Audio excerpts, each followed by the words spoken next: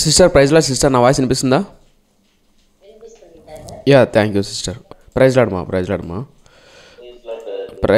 Praise లాడయ్యా, praise Lord. మంచిది, వాక్యాలకు వెళ్దాం. ఈ ప్రపంచవ్యాప్తంగా ఉన్నటువంటి దేశాల్లో ఏదో ఒక మూల, ఏదో ప్రాంతంలో ఈ రోజు నుంచి జనరల్గా క్షమించండి, నిన్నటి దినాంచి డిసెంబర్ 1వ తారీఖు నుంచి యేసుక్రీస్తు పుట్టిన దినాన్ని జ్ఞాపకం చేసుకుంటూ సెమీ క్రిస్మస్ అంటూ, గ్రాండ్ క్రిస్మస్ అంటూ, యూత్ క్రిస్మస్ అంటూ రకరకాలుగా దేవుణ్ణి మయంపరుస్తూ ఎంతో గొప్ప ఘనంగా జరిగిస్తూ ఉంటారు. అందుని బట్టి అడ్వాన్స్గా మీకు అందరికీ హ్యాపీ క్రిస్మస్ అండి. సో మీరు కూడా చక్కగా మీ మంచిది. Thank you brother, thank you మా. మంచిది, మీ ప్రాంతాల్లో కూడా చక్కగా దేవుడు నాకు మయపరచండి. అయితే ఒక చిన్న బాధ ఏంటంటే, ఆయా ప్రాంతాల్లో ఈ సెమీ క్రిస్మస్ జరుగుతున్నప్పుడు స్టేజ్ మీద ఏ విధంగా దేవుని నామని మయంపరచాలో, అదేవిధంగా స్టేజ్ వెనకలు కూడా దేవుని నామానికి అవమానపరిచే కార్యక్రమాలు కూడా జరుగుతూ ఉంటాయి. కాబట్టి ప్రార్థన చేయండి. ప్రాముఖ్యంగా మీ సంఘాల్లో, మీ ప్రాంతాల్లో యవనస్తుల మధ్య అల్లరితో కూడిన ఆటపాటలకు దూరంగా దేవుని నామానికి, అన్యజనుల మధ్య దేవుని నామాన్ని మయంపరచబడాలి. ఏ ప్రాంతంలో సెమీ క్రిస్మస్ జరుగుతుంది ఆ ప్రాంతంలో దేవుని ప్రేమ గురించి, దేవుని గురించి ప్రకటింపబడాలి. ప్రార్థన చేయండి. ఎంతోమంది త్యాగపూరితంతో, కష్టంతో కార్యక్రమాలు నిర్వహిస్తూ ఉంటారు, అలాగే మీ ప్రాంతాల్లో కూడా. సో కాబట్టి ఈ విషయాన్ని దృష్టిలో పెట్టుకోనండి. చాలా సంతోషం. ఏదైతేనే ఈ ప్రపంచ దేశంలో ఏదో ఒక మూల, ఏదో గ్రామంలో, ఏదో ఒక పట్టణంలో ప్రతిరోజు ఆయన జన్మదిన వేడుకలు జరుగుతూనే ఉంటాయి ఈ నెల అంతా. అందుని బట్టి మనం సంతోషించదగ్గ విషయం. రైట్, మంచిది. మీరు కూడా ఈ వచ్చిన మీకు ఐడియా ఉందా? అయితే ఆ దూత భయపడకుడి, దావీదు పట్టణమందు నేడు రక్షకుడు మీ కొరకు పుట్టి ఉన్నాడు అనే పదం మీకు ఎప్పుడన్నా గుర్తుందా? విన్నారా ఎప్పుడన్నా? రైట్, మీ చర్చిలో కూడా జరుగుతుందా? అంటే ఇట్లా కేరళ పార్టీకి వచ్చి దావీదు పట్టణమందు అని. అయితే ఈరోజు దావీదు పట్టణం ఎలా ప్రారంభించబడిందో, అసలు దావీదు పట్టణం ఎలా వచ్చిందో ఈరోజు మనం ధ్యానం చేయబోతున్నాం. చరిత్ర పుటలోకి వెళ్ళి అండ్ అద్భుతమైన ప్రాముఖ్యమైన విషయాన్ని మీతో పంచుకోబోతున్నాను. ఇంతవరకు దేవుని మహాకృపను బట్టి రాళ్ళ చేత మనం ధ్యానం చేస్తూ సౌలు జీవితాన్ని వరకు మనం ధ్యానం చేసాం. సౌలు జీవితం కంప్లీట్ అయిపోయింది. సౌలు జీవితం మరణించాడు. సౌలు చనిపోయాడు. చనిపోయిన తర్వాత దావీదు రాజు అయ్యాడు. దావీదు రాజైన తర్వాత ఇంచుమించు 7 సంవత్సరాల 6 నెలలు హెబ్రోను అనే ప్రాంతంలో రాజధాని చేసుకొని నివసిస్తూ ఉండేవాడు. మిగిలిన 32 లేదా 33 సంవత్సరాలు దావీదు ఇంచుమించు యెరూషలేము అనే పట్టణంలో, యెరూషలేము అనే దాంట్లో రాజధానిగా చేసుకొని రాజ్యాన్ని 12 గోత్రాల ప్రజలు పరిపాలించడం మొదలుపెట్టాడు. మన భాషలో అర్థం అవ్వాలంటే, ఇప్పుడు మన ఆంధ్రప్రదేశ్లో అమరావతి అని, వైజాగ్ అని పెద్ద తగాదాలు జరిగాయి గతించిన కాలంలో. సో ఇప్పుడు అమరావతి, సో అట్లా జరుగుతుంటాయి కదా. అంటే ఒక సీఎం వచ్చినప్పుడు వైజాగ్ అన్నారు, ఇంకొక సీఎం వచ్చినప్పుడు అమరావతి అన్నారు, మొత్తానికి లేదా 3 అంటారు, 2 అంటారు, సరే మొత్తానికి కాస్త పక్కన పెట్టండి. అలాగే సౌలు రాజుగా ఉన్నప్పుడు రాజధాని ఏంటి, సౌలు ఉన్నప్పుడు తన కోట ఏంటి, తన సైనికులు కానీ, తను ఉన్నటువంటి సింహాసనం కానీ, తనకు ఉన్నటువంటి రాజ్య కోట కానీ, ప్రాకారాలు కానీ ఏమన్నా ఉన్నాయా, ఏమన్నా కట్టడానికి ప్రయాసపడ్డాడంటే మనకెక్కడ కనపడదు సౌలు జీవితంలో. అయితే దావీదు రాజైన తర్వాత హెబ్రోను అనే పట్టణాన్ని రాజధానిగా చేసుకొని, హెబ్రోను అనే ప్రాంతాన్ని రాజధానిగా చేసుకొని 7.5 సంవత్సరం పరిపాలించాడు దావీదు. మిగిలిన 33 సంవత్సరాలు లేదా 33.5 లేదా 32.5 సంవత్సరాలు దావీదు యెరూషలేము అనే పట్టణాన్ని రాజధానిగా చేసుకొని పరిపాలన చేశాడు. జనరల్గా తాజ్మహల్ అంటే ఇండియా గుర్తొస్తుంది, ఒప్పుకుంటారా? పిరమిడ్స్ అంటేనే ఈజిప్షియన్స్ గుర్తొస్తారు. అలాగే ఇప్పుడు బుర్జ్ ఖలీఫా అంటే దుబాయ్ గుర్తొస్తుంది. అంటే కొన్ని ప్రాంతాల్లో ఉన్నటువంటి కట్టడాల పేర్లు కానీ, వాటి బొమ్మలు కానీ చూస్తేనే ఆ దేశం గుర్తొస్తుంది మనకు. అలాగే మహాత్మా గాంధీ అంటే ఇండియా గుర్తొస్తుంది, అబ్రహాం లింకన్ అంటే అమెరికా గుర్తొస్తుంది, హిట్లర్ అంటే జర్మనీ గుర్తొస్తుంది, స్టాలిన్ అంటే రష్యా దేశం గుర్తొస్తుంది. అంటే ఒక నాయకుడి పేరు చెప్పినా ఆ నాయకుడు ఆ పరిపాలించిన దేశం గుర్తొస్తుంది. అలాగే ఆ ప్రాంతంలో ఫేమస్ అయినటువంటి ఒక బిల్డింగ్ కానీ, ఒక కట్టడ కానీ గుర్తు చేసుకున్న ఆ ప్రాంతం, ఆ దేశం గుర్తొస్తుంది. తాజ్మహల్ అంటే మనకు వెంటనే బ్రెయిన్లో స్ట్రోక్ అయ్యేది ఏంటంటే ఢిల్లీ, భారతదేశం అని. బుర్జ్ ఖలీఫా అంటే దుబాయ్ అని. తర్వాత పిరమిడ్స్ అంటే ఐగుప్షియన్స్ అని, ఈజిప్షియన్స్ అని, అట్లా మన బ్రెయిన్లో స్ట్రైక్ అవుతుంది. అలాగే యెరూషలేము అనే పట్టణం ఏదైతే మనం ఇప్పుడు ధ్యానం చేయబోతున్నామో అతి ప్రాముఖ్యమైన పట్టణం, ప్రపంచ దేశాల్లో 196 దేశాల్లో ఎన్ని దేశాలు ఉన్నా, ఏ ప్రాంతంలో అయినా సరే ఎప్పుడో ఒకసారి, ఏదో ఒక రోజు, నెలకొకసారో, 2 నెలలకు ఒకసారో, వారానికి ఒకటో, రోజుకొకసారో, ఎప్పుడు యుద్ధాలు జరుగుతాయో తెలీదు, ఎప్పుడు గొడవలు జరుగుతాయో తెలీదు, ఎప్పుడు ఏ సందర్భంలో ఏం జరుగుతుందో కూడా తెలీదు. చాలామంది పండితులు, రాజకీయ నాయకులు, తత్వవేత్తలు చెప్పేది ఏంటంటే మేబీ మూడో ప్రపంచ యుద్ధం కూడా జరిగేది ఈ యెరూషలేం పట్టణాన్ని బట్టే జరగచ్చు అని కూడా చాలామంది అంటారు. అంత ప్రాముఖ్యత ఈ యెరూషలేం పట్టణానికి వచ్చింది, అంత ప్రాముఖ్యత ఈ యెరూషలేం ప్రాంతానికి వచ్చింది. అసలు యెరూషలేం ప్రాంతం ఎవరిది, ఎక్కడి నుంచి వచ్చింది, అసలు ఇప్పుడు యెరూషలేం ఎవరుండేవారు ఈ యెరూషలేంలో, అసలు ఏం జరిగింది యెరూషలేం పట్టణం, అసలు యెరూషలేం అనే పట్టణానికి దావీదు పట్టణం అనే పేరు ఎందుకు వచ్చింది, ఈ విషయాలన్నీ మనం ధ్యానం చేయబోతాం. ఇప్పుడు మనం ధ్యానం చేస్తాం జనరల్గా క్రిస్మస్ పండుగ కాబట్టి, అంటే ఈ నెలంతా సర్వసాధారణంగా ఏ ఇంటికి వెళ్ళినా దావీదు పట్టణమందు నేడు రక్షకుడు మీ కొరకు పుట్టి ఉన్నాడు, దావీదు పట్టణమందు, ఈ పదాలు మనం ఎక్కువ వింటూ ఉంటాం. అసలు దావీదు పట్టణం, ఆ పట్టణం అనే పేరు ఎందుకు వచ్చింది, నిజంగా దావీదు అక్కడ పుట్టాడా, లేదంటే దావీదు ఏం చేశాడు, అక్కడ ఏం జరిగింది అనే ప్రాంతాలు ఆ వీడియోలతో సహా ఆ కాలంలో ఎవరు ఉండేవాళ్ళు, ఎలా జరిగింది, ఏం జరిగింది అన్న విషయాలన్నీ మనం ధ్యానం చేయబోతాం. దావీదు ఎంత ధైర్యం కలిగిన వాడో, ఎంత ప్రేమ కలిగిన వాడో, ఏమంటారు, ఎంత ప్యాషన్, ఎంత కసి కలిగిన వాడో దేవుని పట్ల అన్న విషయాన్ని కూలంకషంగా మనం ధ్యానం చేయబోతాం. రెడీనా? ధ్యానం చేద్దామా, నిద్రపోదామా? సరే, రైట్, మంచిదండి. 2 సమూయేలు గ్రంథం 5వ అధ్యాయం, బుక్ ఆఫ్ 2 సమూయేల్ చాప్టర్ 5 కూలంకషంగా ధ్యానం చేద్దాం. ఓకేనా మై ఫ్రెండ్స్? మళ్ళీ చెప్తున్నాను, మళ్ళా మీకు ఎక్కడ మేబీ ఇంత లోతుగా మళ్ళీ మనం ధ్యానం చేయలేకపోవచ్చేమో, కాబట్టి క్షుణ్ణంగా ధ్యానం చేద్దాం. దాని ద్వారా భవిష్యత్తులో కూడా మీకు చాలా బాగా అర్థమవుతుంది. దావీదు పట్టణం, అసలు దావీదు పట్టణం ఇలా వచ్చిందా, యెరూషలేం అనే పట్టణం ఇలా వచ్చిందా, దాని వెనక చరిత్ర ఇదా అనేది ధ్యానం చెప్తాం. ఓకేనా? రైట్, చదువుదాం. 2 సమూయేలు గ్రంథం 5వ అధ్యాయం 4వ వచనం చదువుదాం. దావీదు 35 ఏళ్ల వాడై, దావీదు 30 ఏళ్ల వాడై ఏలన ఆరంభించి 40 సంవత్సరాలు పరిపాలన చేశాను. హెబ్రోనులో అతడు యూదా వారందరి మీద 7 సంవత్సరములు 6 మాసములు, యెరూషలేములో ఇశ్రాయేలు యూదుల వారందరి మీద 33 సంవత్సరములు పరిపాలన చేశాను. మై ఫ్రెండ్స్, నేను దానికి ముందు ఏం జరిగిందో మొత్తం ఎలాబరేట్గా చెప్పే సమయం లేదు కాబట్టి కొంచెం జంప్ అయి ముందుకెళ్ళిపోతున్నా. దేవుని చిత్తం అయితే ఎప్పుడైనా ధ్యానం చేద్దాం. దానికి ముందు హెబ్రోను అనే ప్రాంతంలో 7 సంవత్సరాల 6 నెలలు పరిపాలన చేశాడు. తర్వాత తన రాజధానిని ఎందుకో దావీదు మార్చాడు. ఎందుకు మార్చాడు అనేది కాసేపట్లో నేను చెప్తాను, పోను చెప్తాను. ఇంతకు మొదటి నుంచే యెరూషలేమును పరిపాలన చేయొచ్చు కదా, యెరూషలేం అనే ప్రాంతాన్ని పరిపాలనగా చేసుకొని తన రాజ్యాన్ని పరిపాలించవచ్చు కదా. అంటే వాస్తవానికి యెరూషలేం అనే పట్టణం, మళ్ళీ చెప్తున్నాను, వాస్తవానికి యెరూషలేం అనే పట్టణం ఏదైతే మనం దావీదు పట్టణమందు నేడు రక్షకుడు మనం అని చదువుతామో, బైబిల్లో దావీదు పట్టణం అని కూలంకషంగా రాయబడి ఉందో, ఆ పట్టణం అనేది దావీదు రాజైన 7 సంవత్సరాల వరకు అది ఇశ్రాయేలు జాతిలో, ఇశ్రాయేలు ప్రజల్లో చేతిలో లేదు. అది మళ్ళీ చెప్తున్నా, దావీదు పట్టణం అనేది ఏ పట్టణం అయితే మనం చదువుతున్నామో, ఈ దావీదు పట్టణం గురించి చాలా ప్రాముఖ్యమైనది. ఒకవేళ మీరు ప్రకటన గ్రంథం 21వ అధ్యాయం చదివితే, కీర్తనల గ్రంథాల్లో కావచ్చు, ప్రవక్తల గ్రంథాల్లో కావచ్చు, యెరూషలేము అనే పట్టణాన్ని గురించి చాలా ప్రవచనాలు, చాలా వాక్యాలు మీకు చాలా కనపడతాయి. ఈవెన్ ప్రకటన గ్రంథం 21వ అధ్యాయంలో దాని పునాదుల గురించి, దాని వైభవాన్ని గురించి, యెరూషలేం పట్టణం కొరకు ప్రార్థన చేయండి అని ప్రవచనాలు కావచ్చు, యేసుక్రీస్తు కావచ్చు, ప్రవక్తలు కావచ్చు, కీర్తన గ్రంథం కావచ్చు, ప్రకటన గ్రంథం కావచ్చు, చాలామంది యెరూషలేం అనే పట్టణాన్ని, దావీదు పట్టణాన్ని గురించి చాలా బోధించారు. ఎందుకు అది బోధించారు? ఎందుకంటే దావీదు అనే పట్టణం, ఈ యెరూషలేం అనే పట్టణానికి చాలా ప్రాముఖ్యత ఉంది. అయితే దావీదు రాజు కాకముందు, మళ్ళీ చెప్తున్నా, దావీదు రాజు కాకముందు ఇంచుమించు దావీదు రాజైన 7 సంవత్సరాల వరకు ఆ యెరూషలేం అనే పట్టణం దావీదు చేతిలో కానీ, ఇశ్రాయేలు జాతిలో కానీ, సౌలు చేతిలో కానీ ఆ పట్టణం లేదు. అసలు ఒక్క ముక్కలో చెప్పాలంటే, అమరావతి అనే పట్టణం మన ఆంధ్రప్రదేశ్లో ఉన్నప్పటికీ మన ఆంధ్రులకు సంబంధించింది కాదు. ఇంకో మాట చెప్పాలంటే, యానం అనే పట్టణం ఉంటుంది, యానం అనే సిటీ ఉంటుంది కదా, అది జనరల్గా ఏమంటారు, అది మన స్టేట్ గవర్నమెంట్ కింద ఉంటుంది, సెంట్రల్ గవర్నమెంట్ కింద ఉంటుంది. ఎవరికైనా చదువుకున్న వాళ్ళకైతే అర్థమై ఉంటుంది. సో అలా అమరావతి పట్టణం మన ఆంధ్రప్రదేశ్లో ఉన్నప్పటికీ అది మన చేతుల్లో లేదు, వేరే వాళ్ళ చేతిలో ఉంది. అట్ ద సేమ్ టైం యెరూషలేం అనే పట్టణం, యెరూషలేం అనే ప్రాంతం, ఇశ్రాయేలు జాతులు, యెహోషువ, మోషే తర్వాత యెహోషువ కానాను దేశానికి వచ్చాడు కదా, కానాను దేశానికి వచ్చిన తర్వాత ఎన్నో పట్టణాలకు యుద్ధం చేశాడు కదా. ఆ యుద్ధాలు చేస్తున్నప్పుడు ఈ యెరూషలేం అనే పట్టణాన్ని యెహోషువ సైతం జయించలేకపోయాడు. మళ్ళీ చెప్తున్న ఈ పాయింట్ చాలా చాలా ఇంపార్టెంట్. ఎందుకంటే ఈ యెరూషలేం అనే పట్టణం అంత పవర్ఫుల్గా కలిగింది. తన చుట్టూ ఉన్నటువంటి ప్రాకాలు చాలా బలమైనవి, తన చుట్టూ ఉన్నటువంటి ప్రాంతం ఆ భౌగోళికంగా చాలా శక్తివంతమైనది. కాబట్టి సూర్యుడా అయ్యాల ఆగిపో, చంద్రుడా గిబియాలో ఆగిపో అని ప్రార్థన చేసి అద్భుతంగా ఎత్తిన కత్తి దింపుకోకుండా యుద్ధం చేసినటువంటి యెహోషువ యెబూసీయులను తాత్కాలికంగా జయించాడు, కానీ సంపూర్ణంగా పట్టు సాధించలేకపోయాడు. ఎవరి విషయంలో అంటే యెరూషలేము అనే పట్టణం విషయంలో. ఎందుకంటే యెరూషలేము అనే పట్టణం అప్పట్లో యెబూసీయులు అనే కొంతమంది ఉండేవారు.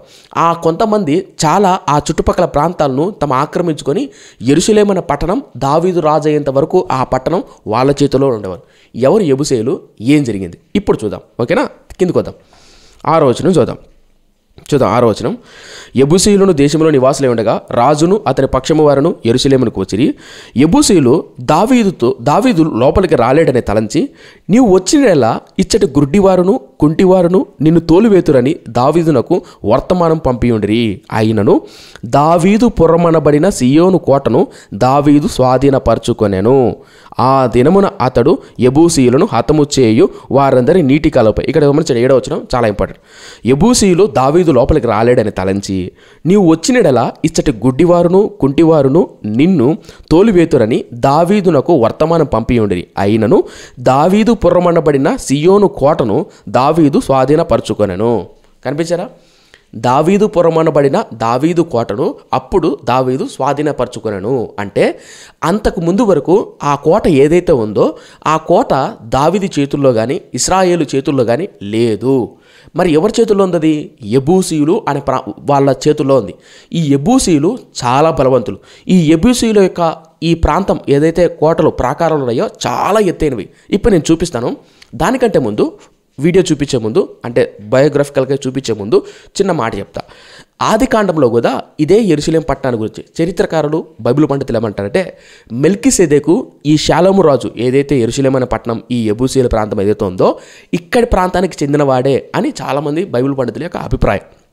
నెంబర్ 2, ఇప్పుడు నేను వీడియోగ్రాఫికల్ చూపిస్తాను. చుట్టూ ప్రాంతాలు ఉంటాయి, చుట్టూ కొండలు ఉంటాయి. ఆ కొండల్లో మోరియా పర్వతం, ఆ పర్వతం కావచ్చు, అబ్రహాము తన కుమారుడైనటువంటి ఇసాకును బలి ఇవ్వడానికి ప్రయత్నం చేసినటువంటి పర్వతం కావచ్చు, ఆ పర్వతాన్ని ఆనుకొనే ఈ యెబూసీయుల కోట, తర్వాత దానికి 3 లోయలు, ఇవన్నీ కనపడతాయి. ఇక్కడే ఆది కాండంలోనే దేవుడు భవిష్యత్తు ప్రణాళికలు కలిగి ఆ ప్రాంతాన్ని తన కనుదృష్టిలో పెట్టుకుంటాడు. ఎందుకు ఎక్కడో ఉన్నటువంటి అబ్రహామును ఇస్సాకును పక్క ఉన్న ఊరిలోనో పక్క కొండ మీదనో ఇంకొక ప్రాంతం మీదనో బలి ఇవ్వచ్చు కదా. ప్రత్యేకంగా ఒక ప్రాంతాన్ని పిలుచుకొని వచ్చి ఆ ప్రాంతంలోనే బలి ఇవ్వమన్నాడు. కారణం ఏంటంటే ఆ ప్రాంతం పట్ల ఏదో ప్రత్యేక ప్రణాళిక ఉంది. ఆ ప్రణాళిక కలిగినటువంటి పట్టణాన్ని సైతము యెహోషువ జయించలేకపోయాడు. న్యాయాధిపతుల కాలంలో కూడా న్యాయాధిపతులు కూడా దాన్ని హస్తగతం చేసుకోలేకపోయాడు. అక్కడ ఒక చిన్న మాట చదివిస్తాను. న్యాయాధిపతుల గ్రంథంలోకి వెళ్ళి ఒక చిన్న మాట చదువుదాం. అది ఎంత ఏమంటారు గట్టి పట్టణమో లేదా బలమైన పట్టణమో ఎందుకు జయించలేకపోయారో న్యాయాధిపతుల గ్రంథంలో 1వ అధ్యాయంలో చూపిస్తాను. చాలా చోట్ల ఉంటుంది. యెహోషువ గ్రంథం 18వ అధ్యాయం, 14వ అధ్యాయం, 10వ అధ్యాయంలో కూడా ఉంటుంది ఇదే యెబూసీయుల పట్టణం గురించి. 1వ అధ్యాయం 21వ వచనం. యెరూషలేములో నివసించు యెబూసీయులను చూసారా? యెరూషలేములో నివసించు యెబూసీయులను అంటే యెరూషలేములో ఎవరున్నారా? ఇశ్రాయేలు లేరు, యెబూసీయులు ఉన్నారు. యెరూషలేములో నివసించు యెబూసీయులను బెన్యామీయులను వెళ్ళగొట్టలేదు. యెబూసీయులు బెన్యామీయులతో నేటి వరకు యెరూషలేములో నివసించుచున్నారు. చూసారా? ఆ యెబూసీయులను బెన్యామీయులు ఎల్లగొట్టలేక. సో అలా యెబూసీయుల పట్టణంలో, ఆ యెరూషలేం అనే పట్టణంలో యెబూసీయులు ఉన్నారు కానీ ఇశ్రాయేలు ప్రజలు లేరు. ఎందుకు లేరు? అసలు ఏంటి యెబూసీయుల పట్టణం అనేది ఇప్పుడు నేను కొంచెం వీడియో రూపంలో చూపిస్తాను.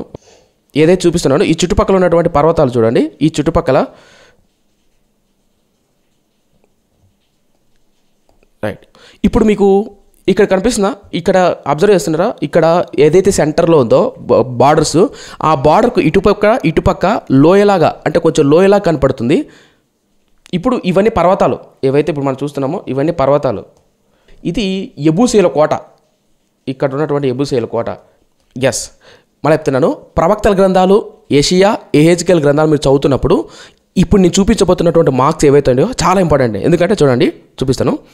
ఇది ఉంది సరా, ఇది ఈ లోయ, ఈ 3 లోయలు ఉండేవి సరా. ఈ 3 లోయలో ఒక లోయ చాలా ప్రాముఖ్యమైనది. ఆ లోయ ఏంటంటే కిద్రోను వాగు. మీరు బైబిల్లో చాలా చోట్ల చదువుతారు. అదేంటంటే ఇక్కడ ఉంటుంది కిద్రోను వాగు.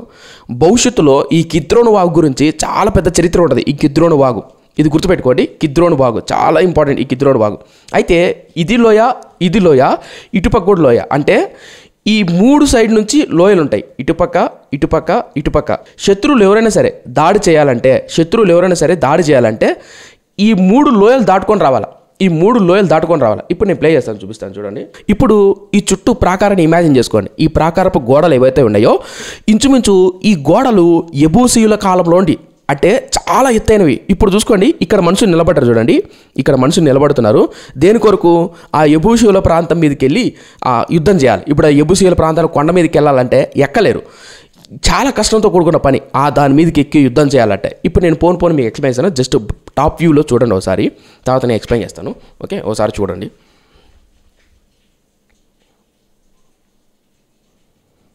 చూసారా మనుషులు చూడండి, ఇక్కడ నిలబడితే కనీసం అది ఎంత హైట్ ఉందో చూసారా. ఆ కొండ మళ్ళీ కొండ మీద ఆ ప్రాంతం చూసారా. జస్ట్ ఇమాజిన్ చేసుకోండి, మనిషి ఒకడు ఇంత హైట్ ఉంటే ఈ కొండ మళ్ళీ కొండ మీద ఈ ప్రాకారపు గోడ చూసారా ఎంత హైట్ ఉందో. పాసిబుల్ అంటారా? అసలు ఈ కొండ ఎక్కడం ఏంటి, మళ్ళీ దాని మీదకి ఎక్కడం ఏంటి, పోనీ ఎంతమంది ఎక్కగలుగుతారు ఆ సైన్యం మీద? ఇక్కడ ఉన్నటువంటి సైనికులు ఉన్నారే, ఇక్కడున్న సైనికుల గురించి ఇప్పుడు ఇది బుర్రలో పెట్టుకోండి, నేను చదువుతాను. ఇప్పుడు ఒక మాట చదువుదాం. 2 సమూయేలు గ్రంథం 5వ అధ్యాయం 6వ వచనం చూద్దాం. యెబూసీయులు దేశంలో నివాసులై ఉండగా రాజును అతని పక్షం వారును యెరూషలేమునకు వచ్చిరి. యెబూసీయులు దావీదుకు లోపలికి రాలేడని చూసారా. యెబూసీయులు అనుకుంటున్నారు వాళ్ళ కోటలో ఉండి ఏమని, దావీదు లోపలికి రాలేడని తలంచి, నీవు వచ్చినడలా ఇచ్చటి గుడ్డివారును కుంటివారును నిన్ను తోలివేయుదురని దావీదునకు వర్తమానం పంపి ఉండిరి. ఈ మాట మీకు ఏమైనా అర్థమైందా? మళ్ళీ అవుతున్నాను. ఇచ్చటి గుడ్డివారును కుంటివారును నిన్ను తోలివేయుదురని దావీదునకు వర్తమానం పంపి ఉండిరి. ఎవరు పంపారు? యెబూసీయులు పంపారు. ఎవరు పంపారు? దావీదు పంపారు. ఎందుకు అలా పంపారు? ఎందుకు పంపారు చెప్పనా? ఎందుకంటే ఇప్పుడు చూడండి, ఇక్కడ కుంటోళ్ళు గుడ్డోళ్ళు నిలబడి రాళ్ళు విసిరానుకో ఇక్కడ సైన్యం ఎక్కగలరా? పైకి పోగలరా?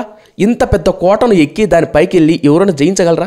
అందుకనే దీన్ని యెహోషువ కూడా జయించలేకపోయాడు. అంత పెద్ద ప్రాకారమైన పట్టణం ఇది. ఏది? ఈ యెబూసీయులు యెరూషలేము అనే పట్టణం. అయితే దావీదును చూడండి. అసలు ఎందుకునా ఈ ప్రాంతాన్నే దావీదు చూస్ చేసుకున్నాడు? చుట్టుపక్కల ప్రాంతాలు లేవా? ఉన్నాయి. కానీ దావీదు గోల్ ఏంటంటే ఏది పడితే అది రాజ్యంగా చేసుకోవడానికి, రాజధానిగా కట్టడానికి ఇష్టపడేవాడు కాదు. ఎవరు? దావీదు. పెడితే దేవుని కొరకు బెస్ట్గా చేయాలి, ఘనంగా ఉండాలి. చుట్టుపక్కల రాజ్యాల కంటే దేవుడు నాకు ఇచ్చిన రాజ్యం చాలా ఘనంగా ఉండాలా, గొప్పగా ఉండాలా. ఎప్పుడే కానీ ప్రాంతీయవాదం రాకూడదు, గొడవలు రాకూడదు అనే ఉద్దేశంతో దావీదు ఎంత తెలివైనడంటే అది బెన్యామీనుకు, ఇది యూదా వారికి ఎవరికి సంబంధించిన ప్రాంతం కాకుండా కరెక్ట్ సెంటర్లో ఈ ప్రాంతాన్ని ఎన్నుకుంటాడు. ఎవరు? దావీదు. దానికంటే ముందు దేవుని ప్రణాళిక అనుకోండి. కానీ దేవుడు తన హృదయానుసారుడైనటువంటి దావీదుని ఎన్నుకొని తన మనసులో ఉన్న చిత్తాన్ని నెరవేరుస్తున్నాడు. అర్థం చెప్తా. మీరు బాగా ప్రేమించే మీ భర్త ఉన్నాడు అనుకోండి, మీరు బాగా ప్రేమిస్తున్నారు మీ భర్తను, అలాగే మీ భర్త కూడా మిమ్మల్ని బాగా అర్థం చేసుకుంటున్నారు. అలా అర్థం చేసుకున్నప్పుడు మీ నొప్పి ఏంటో, మీ బాధ ఏంటో, మీ కన్నీరేంటో మీ భర్తకు మీరు చెప్పకపోయినా మీరు చేస్తున్న బిహేవియర్ని బట్టి, మీ మాట స్పందనను బట్టి ఆటోమేటిక్గా ప్రేమించే భర్త నీ మనసులో ఏముందో గుర్తుపట్టుకుంటాడు. కారణం ఏంటంటే నేను ప్రేమిస్తుంటా కాబట్టి, నీ హృదయ అంతరంగంలో ఏముందో తనకు తెలుసు కాబట్టి అదే నిన్ను సంతోషపెట్టడానికి తను అదే విధంగా ప్రయత్నం చేస్తాడు. దావీదు కూడా దేవునికి దగ్గర సహవాసం ఉన్నాడు కాబట్టి దేవుడు తన సంకల్పంలో తన మదిలో ఏదైతే అనుకుంటున్నాడో అదే మనసును, అదే తలంపులను దావీదు మనసులో పెడతాడు. అంటే ఒక వ్యక్తి, ఒక సేవకుడు, ఒక విశ్వాసి ఎప్పుడైతే దేవునికి దగ్గర అవుతాడో, దేవుని దగ్గరగా జీవిస్తాడో, దేవుడు మనసులో ఏముందో, దేవుడు ఎలా మనం పరిచర్య చేయాలని ఆశపడుతున్నాడో, ఎలా సేవ చేయాలని ఆశపడుతున్నాడో దేవుడు నెమ్మదిగా మన మనసులో పెడతాడు. ఇలా చేయి అనే ప్రేరేపణలు పుట్టించి పరిస్థితులు సమకూర్చి నడిపిస్తాడు. దావీదుకి ఎవరు చెప్పారు ఈ యెబూసీయులను జయించాలని? ఎందుకో తెలీదు. దావీదు యెబూసీయుల ప్రాంతానికి వెళ్ళాడు. ఎందుకు వెళ్ళాడు? ఇప్పుడు చూపిస్తా చూడండి. ఆ ప్రాంతం ఎవరికి సంబంధించిందో, ఎలా ఉంటుందో. ఎందుకంటే భవిష్యత్తులో ఎలాంటి విభేదాలు రాకుండా దావీదు ఎంత తెలివిగా బిహేవ్ చేస్తున్నాడో చూద్దాం. ఇక్కడ మీరు చూస్తున్నారు కదా మ్యాపు. ఈ మ్యాప్లో మీరు అబ్జర్వ్ చేస్తే ఇక్కడ ఉంటుంది జెరూసలేం. జూమ్ ప్లే చేస్తాను, మీకు అర్థమవుతుంది. ఎస్, ఇప్పుడు అది యూదా, కింద గ్రీన్ కలర్లో ఉందే యూదా పట్టణం, కింద గ్రీన్ కలర్లో యూదా, ఆ పైన ఎల్లో కలర్ ఉంచారా బెన్యామీను. ఆ బెన్యామీనుకు యూదాకు మధ్యలో సెంటర్లో యెరూషలేం అనే పట్టణం ఉంటుంది. ఆ పట్టణం ఎవరు దింతకు? దావీదు కాదు, ఇశ్రాయేల్ కాదు, కానీ యెబూసీయులకు సంబంధించింది. ఆ యెబూసీయుల ప్రాంతాన్ని దావీదు జయిస్తాడు. అలా అని చెప్పేసి యెబూసీయులది కదనా, మరి వీళ్ళు ఎందుకు వెళ్ళారు యుద్ధానికి? ఎందుకు వెళ్ళారంటే యెబూసీయులు అప్పటికే పాపంతోనూ కానానీయులతో కూడినటువంటి అన్య సాంప్రదాయమైనటువంటి విగ్రహాలతోనూ పాపం చేస్తున్నారు. వాస్తవానికి యెహోషువ టైంలోనే యెబూసీయులను ఎలగొట్టాలి. కానీ యెహోషువ వృద్ధాప్యానికి వచ్చాడు, జయించలేకపోయాడు. న్యాయాధిపతులు కానీ దాని తర్వాత కానీ ఎవరు పట్టించుకోలే. కానీ సౌలు కూడా పట్టించుకోలే. కానీ దావీదు రాజు అవుతానే ఆ పట్టణాన్ని పట్టుకున్నాడు. ఎలా ఉంటుందో చూద్దాం. చూడండి,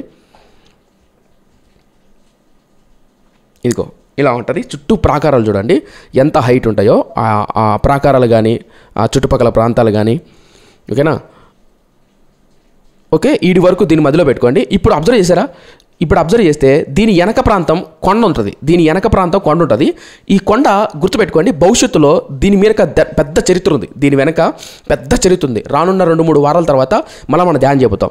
ఈ కొండకు ముందు మనం 3 లోయలు ధ్యానం చేసాం, గుర్తుందో లేదో. కొండకు ముందు ఇటుపక్క లైన్ చేసి 3 లైన్లు చూపించా, 3 లోయలు ఉన్నాయి. బ్యాక్ సైడ్ ఈ కొండ ఉంటుంది. ఈ కొండకు ఈ పట్టణానికి పెద్ద చరిత్ర ఉంది. అది ఏంటంటే 2-3 వారాల్లో లేదా నేను తర్వాత చెప్తాను. ఇప్పుడు ఇది మధ్యలో పెట్టుకోండి, ఓకేనా? ఇది మధ్యలో పెట్టుకోండి. ఇలా ఇటుపక్క లోయ, ఈ బ్యాక్ సైడ్ ఇంకో కొండ ఉంటుంది, ఇది దావీదు పట్టణం. యాక్చువల్లీ ఇది దావీదు పట్టణం. ఈ పైన ఉన్నటువంటి కొండ చాలా ప్రాముఖ్యమైనది. ఇక్కడే సొలొమోను మందిరం కట్టేది. ఇది దావీదు కోట, ఇది సొలొమోను మందిరం. రానున్న దినాల్లో మనం ధ్యానం చేయబోతాం. ఇది చూడండి, ఇది డేవిడ్ ప్యాలెస్. ఇక్కడ సొలొమోను కట్టిన మందిరం ఉంటుంది. ఏదైతే దావీదు ఇప్పుడు యెబూసీయుల కోట మీకు చూపించానో ఇదే ఆ ప్రాకారపు కోడలు, ఇది ఆ ప్రాకారం. ఇటుపక్క అంటే జియోగ్రఫికల్గా ఇటుపక్క లోయలు ఉంటాయి మొత్తం, ఇటుపక్క. అయితే దీన్నే కిద్రోన్ వ్యాలీ అంటారు. ఇక్కడ ఎక్కువ బంగాళదుంపలు పండించేవారు. మా సైడ్ ఏమంటారంటే ఉల్లగడ్డలు ఏమంటారు దాన్ని, బంగాళదుంపలు అంటే ఐడియా ఉందా? సో ఆ బంగాళదుంపలు ఎక్కువ పండించేవారు ఇక్కడ. గిహోను అనే కోనేరు ఉంటుంది, గిహోను. ఇక్కడ ఈ కిద్రోను వాలినే, ఈ కిద్రోను యొక్క లోయనే చాలా ఇంపార్టెంట్, ఈ కిద్రోను లోయ. అయితే దావీదు ఇక్కడ సైన్యంలో నిలబడి ఇప్పుడు ఇటుపక్క కానీ ఈ 3 లోయల్లోంచి వెళ్ళి యుద్ధం చేయాలి. మళ్ళీ ఈ కొండ ఎక్కడం కష్టం, ఎందుకంటే నిందాక వీడియోలో చూపించినట్టు ఈ కొండే ఎత్తుగా ఉంది.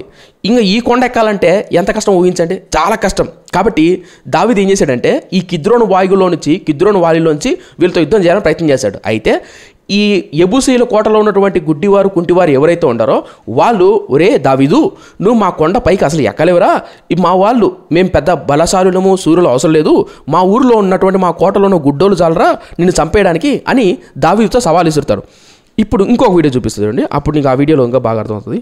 ఒక్క నిమిషం, ఇంకో వీడియో చూపిస్తాను. ఇప్పుడు చూడండి, ఇది కోట, అది చాలా హైట్ ఉంటుంది, కొండ మీద ఉంటుంది. ఇక్కడ కోట మీద ఉండరే, ఈ కోట మీద ఎవరైతే నిలబడుకుంటారో వాళ్ళు కుంటోలు కానీ గుడ్డోలు కానీ, అంటే జనరల్గా ఆ యెబూసీయులు దావీదును అంత ఎటకారం చేస్తారు. ఇది చూసారా, ఇక్కడ నుంచి నిలబడి చూస్తున్నాడు దావీదు. ఇమాజిన్ చేసుకోండి ఒకసారి, ఇక్కడ నిలబడుకున్న దావీదు ఈ కొండ ఎక్కాలా, మళ్ళీ ఈ గోడ ఎక్కాలా? పాసిబులేనా? పోనీ ఈ కొండ ఎక్కి ఈడి వరకు వచ్చారనుకో, ఇక్కడ ఉన్నటువంటి కుంటివారు గుడ్డివాళ్ళు ఏం చేస్తారు, బండరాలు ఉంటాయి కదా, ఆ బండరాలు దొలిస్తారు. అప్పుడు ఏమవుతుంది, ఆ బండరాలు దొల్లుకుంటూ వచ్చి వీళ్ళని చంపేస్తారు. అంటే యెబూసీయుల ప్రాంతాన్ని జయించడం చాలా కష్టం. ఇప్పుడు దావీదు ఏం చేయాలి? ఆ కోటలోకి వెళ్ళి ప్రజలు చంపాలా, ఎలా చేయాలి? ఇది పాసిబులేనా ఆలోచిస్తూ ఉంటాడు దావీదు. ఇప్పుడు చూడండి కోట, చూడండి ఆ టెక్స్చర్, అంటే ఆ రాళ్ళు కానీ ఆ హైట్ కానీ ఎంత హైట్ ఉన్నాయో, ఆ కొండ మీదకి ఎక్కి ఇక్కడ ఉన్నటువంటి వాళ్ళు ఆ కింద చూడండి, సైన్యం చూడండి, చీమల్లా కనపడుతున్నారు వీళ్ళకు. చూడండి కుంటోలు గుడ్డోలు రాళ్ళు ఇసిరినా చాలు, అందుకని గేలి చేస్తున్నారు వాళ్ళు, అంటే ఎటకారం చేస్తున్నారు. ఒరే దావీదు, మా సైడ్ రాలేవరా, మేము యుద్ధం చేయాలంటే నీతో సూర్యులాగా గొల్లాతులు, మా ఫిలిస్తీన్ల ప్రాంతంలో గొల్లాతులు ఏం అవసరం లేదురా, జస్ట్ కుంటోలు గుడ్డోలు చాలరా నిన్ను పడగొట్టేయడానికి అన్నట్టుగా ఎటకారం చేస్తుంటారు. అప్పుడు దావీదు తన సైన్యంతో చెప్తాడు ఏమనంటే, ఎవడైతే ఇప్పుడు దావీదు తన సైన్యంతో ఒక మాట చెప్తాడు, ఆ మాట చదువుతాం. ఏముంటుందంటే ఇది దినవృత్తాంత గ్రంథంలో ఉంటుంది, ప్లస్ ఇక్కడ కూడా చూద్దాం. 2 సమూయేలు గ్రంథం 5వ అధ్యాయం 7వ. యెబూసీయులు దావీదు లోపలికి రాలేడని తలంచి, నీవు వచ్చిన నెల ఇచ్చటి గుడ్డివారును కుంటివారును నిన్ను తోలివేతురని దావీదునకు వర్తమానం పంపియుండిరి. అయినను దావీదు పురమనబడిన సియోను కోటను దావీదు స్వాధీనపరచుకొనెను. ఆ దినమున ఏం చేశాడు అసలు దావీదు, ఎట్లా జయించాడన్నా ఆ దినాన, ఎట్లా స్వాధీనపరచుకున్నాడు ఆ కోటను అంటే, ఇప్పుడు కింద చూడండి, యెబూసీయులను హతము చేయు వారందరూ నీటి కాలువ పైకి వెళ్ళి, ఇది చాలా ఇంపార్టెంట్, నీటి కాలువ పైకి వెళ్ళి దావీదులకు హేయులైన గుడ్డివారిని కుంటివారిని హతము చేయవాలని చెప్పాను. అందును బట్టి గుడ్డివారును కుంటివారును ఉన్నారు. అతడు ఇంటిలోనికి రాలేడని సామెత పుట్టెను.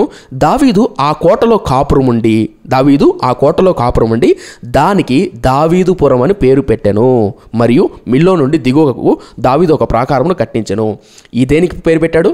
ఆ కోటలో కాపురం ఉండి దానికి దావీదుపురము, దావీదు పట్టణము అని పేరు పెట్టాడు. అర్థమవుతుందా?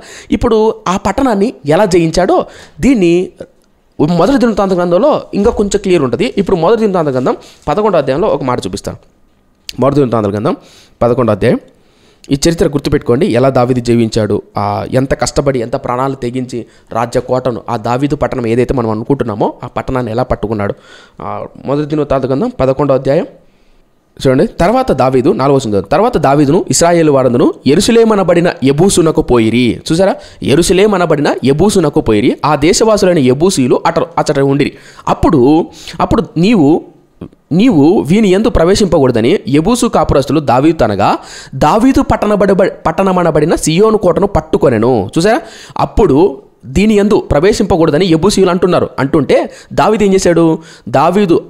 దావీదుతో అనగా దావీదు పట్టణమనబడిన సియోను కోటను పట్టుకొని ఎవడు మొదట యెబూసీయులను హతము చేయునో వాడు ముఖ్యుడును సైన్యాధిపతి అగునని దావీదు సెలవీయగా సెరూయా కుమారుడైన యోవాబు అందరికంటే ముందుగా ఎక్కి ఆ ఆధిపత్యము పొందెను. తర్వాత దావీదు ఆ కోట యందు నివాసం చేసినందున దానికి దావీదు పురమని పేరు కలిగాను. కనిపించిందా? రైట్. ఇప్పుడు నేను మీకు వివరిస్తాను కథలాగా ఏం జరిగిందంటే, యెబూసి రాజు అయిన తర్వాత 7 సంవత్సరాల 10 నెలలు హెబ్రోన్లో రాజధాని చేసుకున్నాడు. ఇప్పుడు దావీదుకు మంచి పట్టణం కావాలి, మంచి కోట కావాలి, తను రాజధానిగా చేసుకోవడానికి. అప్పుడు దావీదు ఈ యెబూసీయుల ప్రాంతం గుర్తొచ్చింది. వాస్తవానికి యెబూసీయుల ప్రాంతం జోలికి వెళ్ళాలంటే డేంజర్. ఎందుకు డేంజర్ అంటే, యెహోషువ న్యాయాధిపతుల గ్రంథంలో తమ పితరులు కూడా చేయలేకపోయారు ఆ పట్టణంతో యుద్ధం. కానీ ఎందుకో తెలీదు, దావీదు ధైర్యం చేసి వెళ్ళాడు. వెళ్ళిన తర్వాత అక్కడ యెబూసీయులు ఎగతాళి చేస్తున్నారు. ఒరే దావీదు, నువ్వు గొల్యాతును జయించి ఉండొచ్చురా, మా ప్రాంతంలో మీ గొల్యాతులు బలం కలిగిన వాళ్ళు లేకపోయినా అలాంటి వాళ్ళు నీతో యుద్ధం చేయాల్సిన అవసరం లేదు, కుంటోళ్ళు గుడ్డోళ్ళు చాలరా నేను చంపడానికి అని ఎట్టకారం చేస్తారు దావీదును. ఇప్పుడు దావీదుకి ఏం చేయాలో అర్థం కావట్లా. అయితే ఈ ఏదైతే యెబూసీయుల కోట ఉందో ఆ కోటలోనికి నీళ్లు పోవడానికి ఒక సొరంగం ఉంటుంది. ఆ సొరంగాన్ని కనుక్కుంటాడు దావీదు. ఎందుకంటే మళ్ళీ చెప్తున్నా, దావీదు చాలా తెలివైనాడు. నిందాక ఒక మాట చెప్పా, కిద్రోను వాగు చూసారా, ఆ కిద్రోను వాగు దగ్గర బంగాళదుంపలు పండేవి. ఆ బంగాళదుంపలు కథలా చెప్పుకుంటూ పోతున్నా, ఆ బంగాళదుంపలు పండడానికి నీళ్లు కావాలి. ఆ నీళ్ళు ఎక్కడి నుంచి వచ్చేవారంటే ఈ గీహోను లోయ గురించి వచ్చాయి. మళ్ళీ చెప్తున్నాను, ఇది బాగా గుర్తుపెట్టుకోండి. కిద్రోను, గిహోను, షీలోహు కోనేరు. గుర్తుందో లేదో, యేసుక్రీస్తు కూడా షీలోహు కోనేరుకి వెళ్ళి ఒకడికి ఎంగిలితో ముద్ద చేసి కళ్ళకు పోసి షీలోహు కోనేరుకి వెళ్ళి కడుక్కో అంటాడు. ఆ షీలోహు కోనేరు ఎలా వచ్చిందంటే, హిజ్కియా అనే రాజు ఆ కోనేరును కట్టిస్తాడు. అది ఎలా కట్టిస్తాడు అంటే, హిజ్కియా రాజు కాలంలో మనం ధ్యానం చేయబోతాం. ఈ గిహోను అన్నటువంటి ఈ ఊట నుంచి వచ్చేటువంటి నీటిని షీలోహు కోనేరులో పడే విధంగా హిజ్కియా రాజు కట్టిస్తాడు సొరంగం దోవి. అయితే యెబూసీయుల కాలంలో ఈ గీహోను కోటలోంచి వచ్చే నీళ్లు కోట బయట బంగాళదుంపలు పండేవి ఈ కిద్రోను వాగులో. ఈ బంగాళదుంపలు పండుతుంటే ఈ నీళ్ళు ఎక్కడి నుంచి వస్తున్నాయి? దావీదు బుర్రలో స్ట్రైక్ అయింది. ఈ నీళ్లు వీళ్ళు ఎలా ఉంటున్నారు లోపల, వీళ్ళకి నీళ్ళు ఎక్కడి నుంచి వస్తున్నాయి? అంత కొండపైకి ఇమాజిన్ చేసుకోండి ఒకసారి. కొండపై నుంచి కిందికి రావడం నీళ్లు సులభమే, కింది నుంచి నీళ్లు పైకి పోవడం కష్టం. నా పాయింట్ మీకు అర్థం ఉందా? కొండపై నుంచి నీళ్లు కింద పడడం సులభం, కింది నుంచి పైకి పోవడం కష్టం. దావీదుకి ఎందుకో స్ట్రైక్ అయింది, ఈ నీళ్ళు ఎక్కడి నుంచి వస్తున్నాయి, ఎక్కడ పోతున్నాయి? దావీదు ఆలోచించాడు. అప్పుడు తన సైనికులు చెప్పాడు, ఒరే సైనికులారా, మీరు ఎవరైతే, మన భాషలో మాట్లాడుతున్న మీరు ఎవరైతే ముందుగా వెళ్ళి అక్కడ ఉన్నటువంటి కోటలోకి ఎంటర్ అయ్యి ఈ స్వరంగం ద్వారా, ఈ నీటి తరంగం ద్వారా లోపలికెళ్ళి కోట లోపలికెళ్ళి తలుపులు తీస్తాడో వానిని నేను సైన్యాధిపతిగా చేస్తాను అని అంటాడు. అప్పుడు యోవాబు అనేవాడు ఏం చేస్తాడంటే, యోవాబు అనేవాడు ధైర్యం చేసి ముందుకెళ్ళి ఆ ఏదైతే గీహోను ఊట అని చెప్పినా ఆ ఊటలో నుంచి, ఆ పంపులో నుంచి లోపలికి వెళ్ళి యెబూసీయులు కోట ఉంది కదా, వీళ్ళు ఇంత పైకి ఎక్కుకుంటూ పోవడంటే కష్టం. అదే రహదారి గుండా వెళ్ళారనుకో ఈజీ. ఇప్పుడు రహదారి గుండా వెళ్ళాలంటే వాళ్ళ తలుపులు మూసేసింటారు. కాబట్టి మనోడు ఎవడైనా తెలియకోకుండా లోపలికి వెళ్ళి లోపల నుంచి డోర్ ఓపెన్ చేయాలి. అలా డోర్ ఓపెన్ చేస్తే అప్పుడు దావీదు సైన్యం లోపలికి వెళ్తుంది, వెళ్ళి ఈజీగా జయిస్తారు. అలా లోపలికి వెళ్ళిన వ్యక్తి ఎవడంటే యోవాబు. ఎలా వెళ్ళాలి, ఎటు వెళ్ళాలి అని చెప్పిన వ్యక్తి ఎవరంటే దావీదు. ఇదంతా జరిగించింది ఎవరంటే దేవుడు. ఎందుకంటే ఆ పట్టణాన్ని స్వాధీనపరచుకోవడం ఎవరి వల్ల కాలే, కానీ దావీదు చేయగలిగాడు. ఇప్పుడు చెప్పిన చరిత్ర అంతా వీడియో రూపంలో చూపిస్తాను, ఓకేనా? ఇప్పుడు చెప్పిన చరిత్ర అంతా వీడియో రూపంలో చూపిస్తాను, ఓకే? ఇప్పుడు చూద్దాం. చెప్పాడు సైనికుడు. ఇప్పుడు యోవాబు వెళ్తున్నాడు చూడండి. యోవాబు ముందుకు వచ్చాడు. ఇప్పుడు కనిపిస్తుంది సార్. ఈ నీటిని కనిపెట్టిన వ్యక్తి ఎవరంటే కెప్టెన్ చార్లెస్ వారెన్ అని, మీకు కనపడలేదా? చార్లెస్ వారెన్ అని. ఈయన అప్పట్లో క్వీన్ విక్టోరియా రాణి గారు యెరూషలేం ప్రాంతానికి వెళ్ళి అక్కడ ఉన్నటువంటి తవ్వకాల్లో అనేకమైనటువంటి విశిష్టమైన సంగతులు కనుగొనమని వెళ్ళి తవ్వకాలు కనిపెట్టి అక్కడ ఉన్నటువంటి చారిత్రక సంఘటనలన్నీ వెలికి తీసి పుస్తకాల రూపంలో రాశారు. ఈయన కెప్టెన్ చార్లెస్ వారెన్ అని, పురావస్తు శాఖ వాళ్ళు అంటారు కదా అలా. సో ఇప్పుడు ఆయన ఏదైతే ఈ లోయ, ఈ పంపు కనపడుతుందో చూసారా, 1867 ఆ టైంలో ఉన్నటువంటి వ్యక్తి. ఇప్పుడు చూడండి, ఏదైతే ఈ గీహోను స్ప్రింగ్ ఉంటుందో ఇక్కడ ఉంటుంది. ఇక్కడి నుంచి ఈ యోవాబు అనేవాడు ఈత కొట్టుకుంటూ ఇలా వెళ్ళాలి. ఇలా వెళ్ళి మళ్ళీ పైకి వెళ్ళాలి. సో ఇలా వచ్చిన తర్వాత ఈ గీహోన్ ఉంటుంది, ఇక్కడ నుంచి ఎంటర్ అయ్యి 14 ఇంచుమించు 13-14 మీటర్లు ఎంతో హైట్ ఉంటుంది. సో ఇప్పుడు 13 మీటర్ల హైటు ఈ కొండ పాక్కుంటే ఇలా ఎక్కాలి, పాక్కుంటే ఇలా ఎక్కాలి లోపలికి వెళ్ళాలంటే. అంటే వాళ్ళకు తెలియకోకుండా ఇలా ఎక్కిన తర్వాత మళ్ళీ ఇక్కడ టన్నల్ ఉంటుంది, మళ్ళీ ఇక్కడ టన్నల్ ఉంటుంది. ఈ టన్నల్లో నుంచి చూసారా, ఎస్ ఇది ఇంపార్టెంట్ మనకు. ఇక్కడ చూసారా గీహోను, ఈ గీహోను ఏదైతే ఉందో ఇది ఊరు బయట ఉంది. ఇప్పుడు దావీద్ అనే వాళ్ళు ఇక్కడ కిద్రోను వాగు దగ్గర ఉండేవాళ్ళు, అంటే ఇక్కడ ఈ లోయలో ఉండేవాళ్ళు, ఇక్కడ ఉండేవాళ్ళు. దావీద్ ఏం చేశాడంటే వీళ్ళకి నీళ్ళు ఎక్కడి నుంచి వస్తున్నాయి రా, ఇంతకు ఈ నీళ్ళు ఎక్కడి నుంచి వస్తున్నాయి అని ఆలోచన చేస్తే ఇక్కడ కిద్రోను అనే వాల్యూ ఉంది, ఇక్కడ. అప్పుడు దావీద్ ఏం చేశాడంటే ఈ ఊటలో నుంచి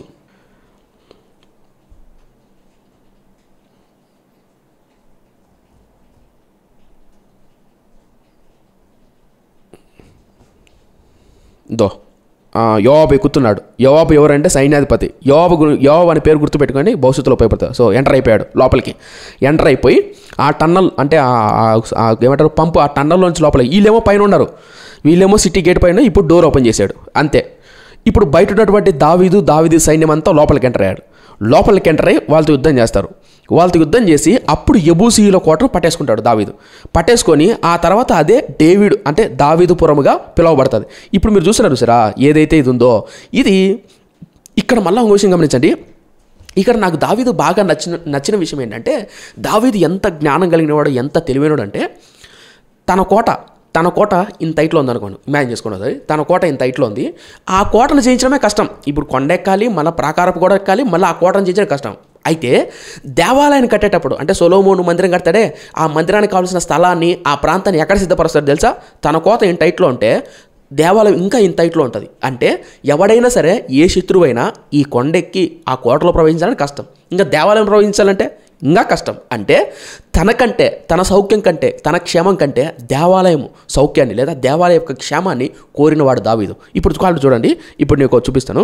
ఇక్కడ ఉంది చూసారా, ఇది ఉంది చూసారా, ఇక్కడ దావీదు ప్యాలెస్ ఉంటే ఇక్కడ సొలొమోన్ టెంపుల్ ఉంటుంది. ఇప్పుడు కూడా మీరు యెరూషలేంకి వెళ్తే ఇప్పుడు కూడా ఉంటాయి. ఇప్పుడు దావీదు ప్లేస్ ఇక్కడ ఉంటే ఇక్కడ ఉంటా సొలొమోన్ మందిరం. ఊహించండి, ఇది ఎక్కడమే కష్టం అంటే ఇది ఎక్కుతామా? అదేదో దావీదు దేవాలయాన్ని ఇక్కడ కట్టి తన కోటని ఇక్కడ కట్టుకోవచ్చుగా. నా ప్రశ్న మీకు అర్థమవుతుందా? దావీదు దేవాలయాన్ని ఇక్కడ కట్టి తన కోటని ఇక్కడ కట్టుకోవచ్చు కదా. కానీ దావీదు అలాంటి పని చేయాల. ఎందుకంటే తాను ఇక్కడుండి దేవాలయపు కోటను మాత్రం ఉన్నతమైన పర్వతం మీద కట్టాడు. ఈరోజు మన వాళ్ళు నాకు కొన్ని మందిరాలకు వెళ్ళినప్పుడు, కొన్ని సంఘాలకు వెళ్ళినప్పుడు ఇల్లు బల్లె ఉంటుంది, మందిరం చూసే రేకులు డబ్బాలాగా. అంటే తప్పంటాంలే, మరి ఇల్లు బాగున్నప్పుడు సేవకుడు బాగుండకూడదని అంటాంలే. సేవకుడు బాగుండాలి, తప్పలేదు, మంచిగా ఉండాలి. కానీ దేవుని ప్రేమించే వ్యక్తి తనకంటే దేవుని మందిరం బాగుండాలి, దేవుని సన్నిధి బాగుండాలి అని ఆరాటపడతాడు. నేను ఇక్కడ ఏం చెప్పదలుచుకున్నానంటే సౌలు రాజయ్యి 40 సంవత్సరాలు పరిపాలించాడు. 40 సంవత్సరాల్లో చరిత్రకారులు ఏమంటారు తెలుసా? కోట కానీ, కనీసం ప్రజలకు కావాల్సిన నిత్యావసరమైనటువంటి సరుకులు కానీ, పరిస్థితులు కానీ, రాజనీతి కానీ, ప్రజలను ప్రేమించాల్సినంతగా ప్రేమించి రాజ్యాన్ని కట్టుకోవాల్సినంతగా కట్టుకోలేదు. ఎవరు తెలుసా? 40 సంవత్సరాలు పరిపాలించిన సౌలు. ఎప్పుడు చూడు దావీదును తరుముకోవడానికే సరిపోయింది. తన స్వార్థం తను చేసుకోవడానికే సరిపోయింది. ఎవరికి? సౌలుకు. కోట కానీ, సామ్రాజ్యాన్ని కానీ, రాజధాని కానీ ఎక్కడన్నా సౌలు కట్టినట్టు ఒక్క వచనంలో కూడా మనకు కనపడదు. మరి ఎక్కడున్నా సౌలు? చరిత్రకారులు ఏమంటారంటే ఆనాడు కానానీయులు రాతి గుహల్లో ఉండేవారు, కాపురం చేసేవారు. అలా సౌలు అనే రాజు రాతి గుహలో ఉన్నాడు. ఎందుకంత దౌర్భాగ్యం? మరి దావీదు కూడా అలా ఉండొచ్చు కదా. ఉండలేదు. ఎందుకంటే దేవుణ్ణి నమ్ముకున్న పిల్లలు, దేవుని దగ్గర ఉన్న పిల్లలు ఈ ప్రపంచంలో ఆర్థికంగా కావచ్చు, భౌతికంగా కావచ్చు, విద్యలో కావచ్చు, ప్రతి విషయంలో ముందుండాలని ప్రయత్నం చేస్తారు. ఎందుకంటే మనం నమ్మిన తండ్రి పేరు కించపరచకూడదు, అవమానపరచకూడదు. ఈరోజు సోషల్ మీడియాలో కావచ్చు, బయట కావచ్చు, బంధువులు ఎదురు కావచ్చు, స్నేహితులు ఎదురు కావచ్చు, దేవుని నామాన్ని కించపరిచే విధంగా దయచేసి జీవించద్దండి. దేవునితో సహవాసం చేయండి, ఘనంగా గొప్పగా ఆలోచించండి. ప్రాముఖ్యంగా ఒక మందిరానికి వెళ్ళినప్పుడు నేను ఒక ప్రాంతానికి వెళ్తే ఆ ప్రాంతంలో ఒక చర్చ్ ఉంది. ఆ చర్చిలో ఈ కాకులు, పావురాల రెట్ట, ఆ పావురాలు వాడటము, కోళ్ళు అన్నీ తిరుగుతున్నాయి. అది ఎట్టుందంటే ఎంత అసహ్యంగా ఉందంటే ఆ మందిరంలో చిన్న మందిరం రేకులేసింది. పాస్టర్ గారి ఇల్లేమో బాగుంది. అంటే దేవుడు అంత నీచమా? దేవుడి మందిరం అంత చీపా? దేవుని మందిరం అంటే ఎలా ఉండాలి? ఎంత గొప్పగా ఉండాలి? ఎంత ఘనంగా ఉండాలి? దావీదును చూడండి, తన కోటను కింద కట్టుకుంటే దేవుని మందిరం పైన కట్టాడు. వీడియో చూపిస్తాను, భవిష్యత్తులో మీకు ఎవరికైనా ఉపయోగపడుతుంది. అంటే మీరు బైబిల్ బాగా చదివే వాళ్ళు అయితే తర్వాత మీకు నెక్స్ట్ టైం ఉపయోగపడుతుంది ఒకవేళ మీరు అర్థం చేసుకోగలిగితే. ఓకేనా? జస్ట్ నేను చూపిస్తాను అంతే, ఎక్కువసేపు దాన్ని వివరించనేమి. ఏదైతే ఈ కోట ఉందో ఈ కొండ ఉందో ఇక్కడ ఉంటుంది చూడండి లోయ. ఇప్పుడు ఒక వ్యక్తి ఇక్కడ నుంచి లోపలికి వెళ్తాడు. అప్పుడు లోపలికి వెళ్ళాడు. యోవాబు ఎంటర్ అయిపోయి లోపలికి వెళ్తాడు. ఇది చూడండి ఇక్కడ ఉంటుంది చూడండి. ఇది హిజ్కియా టనల్. ఇప్పుడు మీరు ఏదైతే చూస్తున్నారో ఇది భవిష్యత్తులో నేను ఇంకా క్లియర్గా ఎక్స్ప్లెయిన్ చేశాను. ఇది హిజ్కియా టనల్. దానికి ఆ గీహోన్కు ఈ హిజ్కియా టనల్ మళ్ళీ తర్వాత హిజ్కియా రాజు అయిన తర్వాత అటాచ్మెంట్స్ చేస్తాడు. అశ్షూరులు యుద్ధానికి వస్తున్నప్పుడు అప్పుడు ఆయన హిజ్కియా రాజు తవ్విస్తాడు దీన్ని. ఇప్పుడు కూడా ఉంది. ఇప్పుడు కూడా హిజ్కియా టనల్ ఉంది. ఇప్పుడు కూడా ఉంది. అది రానున్న దినాల్లో చెప్తాను.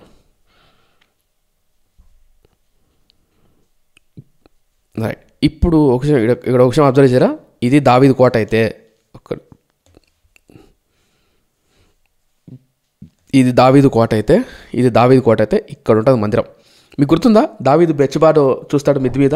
ఆ మిద్ది ఇక్కడే ఉంటుంది. దావీదు తన పురంలో నుంచి మిద్ది మీద నుంచి స్త్రీ బెత్షెబా స్నానం చేద్దాన్ని చూస్తారు కదా, ఆ మిద్ది ఇక్కడే ఈ ప్రాంతంలో ఉంటుంది. ఇక్కడ నుంచి మనోడు తొంగిస్తాడు బెత్షెబాను. ఉదయకాల దినాన్ని లేస్తానే దావీదుకు ఇక్కడ దేవాలయం కనపడుతుంది. అంటే వేకుజామున దావీదుకు మీకు గుర్తుందో లేదో తన కీర్తనలో రాస్తాడు దావీదు, నీ మందిర ఆవరణలో గడపాలని, నీ సన్నిధిలో ఉండాలని నాకు ఆశ ప్రభువా అంటాడు. అంటే దావీదు ఇక్కడి నుంచి బయలుదేరి చూసారా ఇక్కడ మీకు దారి కనపడుతుంది. ఎగ్జాక్ట్గా దావీదు ఎక్కువగా దేవుని సన్నిధి తన పక్కనే ఉండేటట్టు తనతో ఉండేటట్టు చూసుకునేవాడు. అంతెందుకండి దావీదు రాజు అవుతాని తర్వాత మనం ధ్యానం చేయబోతాం. దావీదు రాజు అయిన వెంటనే మందసం ఎక్కడో ఉందని రాజు అయిన వెంటనే మందసాన్ని తీసుకొని వస్తాడు. అరే నా దేవుడు మందసం అక్కడ ఎక్కడో ఉంది అని తీసుకొని వచ్చి ఇక్కడ తన కోట పక్కనే పెట్టుకుంటాడు దావీదు. చూడండి ఎంత ప్రేమ కలిగి ఉంటాడు దావీదు. ఇక్కడ పెట్టుకుంటాడు దావీదు. చూద్దాం ఇంకొంచెం ముందుకు వెళ్ళిపోదాం త్వరగా. ఇదో సో ఆ యెబూసీయుల కోటలను పడగొట్టేసి తర్వాత దావీదు పురాణం ఇది చెప్పారు కదా, ఇది దావీదు పురం, ఇది దావీదు కోట. ఇక్కడే దావీదు బెత్షెబాను చూసేది. ఇక్కడ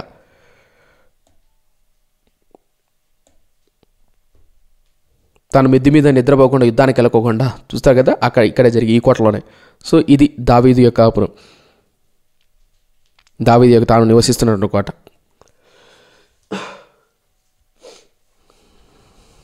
ఎస్, ఈ స్తంభం చూసారా, ఇది ఒరిజినల్గా దావీదు కాలంలో ఇప్పుడు ఇలా పడిపోయింది. అది ఇప్పుడు పడిపోయింది అంటే ఇప్పుడు మీకు ఇమేజ్ పక్కన చూపించారు కదా, ఇప్పుడు అలా పడిపోయింది. ఇక్కడే దావీదు చూసారా, ఇక్కడ బల్లలు కనపడుతున్నాయి మీకు, బల్లలు కింద కనపడుతున్నాయి. ఇక్కడే ఈ కింద ప్రజలు ఉండేవారు. ఆ ప్రజల కింద అప్పుడే బెత్షెబా స్నానం చేస్తున్నప్పుడు చూసింది దావీదు. సో ఇటుపక్క వెళ్తే ఇంకా దేవాలయం ఇక్కడ మందిరం, ఈ ప్రాంతంలో కడతాడు మందిరం. ఇది సొలొమోనుకు దావీదు ఏర్పాటు చేసినటువంటి ఏదైతే ఇక్కడ మందిరం కట్టినాయనా అని చెప్తాడు. ఇక్కడ మందిరం కడతాడు. అక్కడ రాజు అయిన వెంటనే తాను మందసాన్ని తీసుకొని వచ్చి ఇక్కడ పెడతాడు. ఎవరంటే దావీదు. రైట్, ఇక నన్ను చూడండి ముగిచేద్దాం. సో మై ఫ్రెండ్స్, నేను ఓవరాల్గా ఏం చెప్పదలుచుకున్నానంటే ఇప్పుడు మనం అందరం చెప్పుకుంటున్నటువంటి దావీదు పట్టణం అని ఏదైతే ఉందో ఒకప్పుడు ఇశ్రాయేల్ ప్రజల చేతిలో లేదు. అయితే దేవునితో దగ్గర సహవాసం చేయబట్టి దేవుడు తన హృదయాన్ని ప్రేరేపించి దావీదును యెబూసీయుల మీదకి యుద్ధాన్ని పంపించిన తర్వాత ఆ యెబూసీయుల కోటను జయించాడు. ఇప్పుడు చెప్పండి, దావీదు పట్టణం ఒకప్పుడు ఎలా పుట్టింది? దావీదు పట్టణం ఎక్కడి నుంచి వచ్చింది? యెబూసీయులు అనే వాళ్ళు అక్కడ నివసిస్తున్నారు. ఆ యెబూసీయుల ప్రాంతాన్ని దావీదు జయించి ఆ పట్టణాన్ని ప్రాకారాన్ని కట్టాడు. మరి మొదటి రాజు అయిన సౌలు కానీ యెహోషువ కానీ దాని ముందు కాలంలో ఎందుకు చేయలేకపోయారు? ఎందుకంటే అది అంత బలవంతమైన పట్టణం.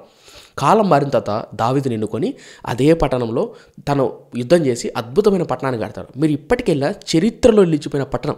ఇప్పటికీ డోమ్ ఆఫ్ ది రాక్ అని తర్వాత రానున్న దినాలు మనం హిజ్కియా కాలం తర్వాత దినాలు ధ్యానం చేద్దాం. డోమ్ ఆఫ్ ది రాక్ అని ఏదైతే వెస్టర్న్ వాల్స్ అని మనం ఏదైతే చదువుకుంటున్నామో ఈ పట్టణం కొరకు ఈ పట్టణం కొరకు ఎంతమంది కొట్టుకున్నారో ఒక లిస్టు చూపిస్తాను. జస్ట్ ఒకవేళ మీకు ఎవరైనా ఇంట్రెస్ట్ ఉంటే కనుక స్క్రీన్ షాట్ తీసుకోండి,